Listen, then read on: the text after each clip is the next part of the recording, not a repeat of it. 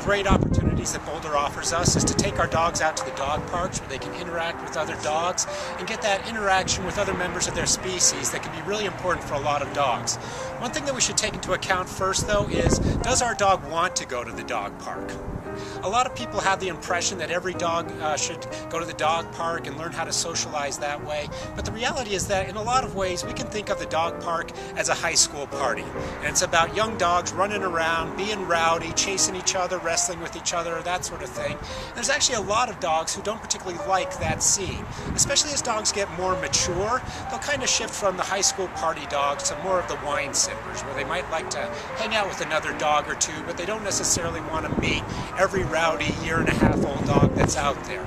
So if you've got a mature dog, they may not want to go to the dog park anymore. They may want to hang out with a friend or two instead. If your dog does enjoy the dog park, there's a few things that we want to keep an eye out for to make sure that everybody's safe and is having a good time. One thing that we want to see from our dogs while they're playing is what's called the play bow, where the dog's elbows will be on the ground and the rear end's way up in the air. This is what dog trainers will call a meta signal, which means that when a dog gives a play bow, they're telling the other dogs that what they're doing is playful, it's in fun. Because if you stop to think about it, a lot of what dogs do in play is kind of like what they do when they're fighting. They can growl and they can bite each other and that sort of thing. But when they play bow to each other, they're telling each other that this is all in fun. So dogs play bowing to each other while they're playing keeps the peace. Another thing that we want to look for is dogs being bouncy around each other, bouncing up and down while they're playing. This lets us know that they're being inefficient in their movement. They're not trying to hurt each other because bouncing up and down is very inefficient.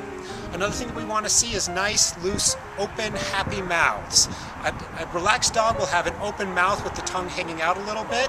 Stressed out dogs, their mouth will tend to close. We want to see open mouths with our dogs while they're playing. And the last thing that we want to see is that sometimes the dogs switch roles. Sometimes I'll chase you, and then sometimes you'll chase me. So that each dog gets to play both roles in the play partnership. One last caution about the dog parks, I would never bring a leashed dog into a dog park.